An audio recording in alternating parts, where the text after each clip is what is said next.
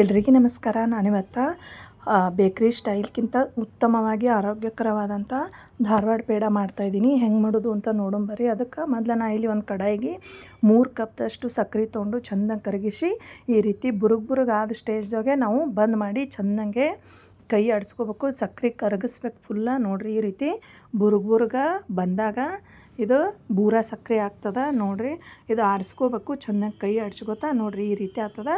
ಸ್ವಲ್ಪ ನಾನು ಭಾಳ ಹೊತ್ತನ ಬಿಟ್ಟೆ, ಅದು ಸ್ವಲ್ಪ ಗಂಟಾಗ್ಯದ. ನಾನು ಸ್ವಲ್ಪ ಮಿಕ್ಸರ್ಗೆ ಹಾಕ್ಕೊಂಡು ಸೋಸ್ಕೊಂಡು ಈ ರೀತಿ ನಾನು ಬೂರ ಸಕ್ಕರೆ ರೆಡಿ ಮಾಡ್ಕೋತೀನಿ.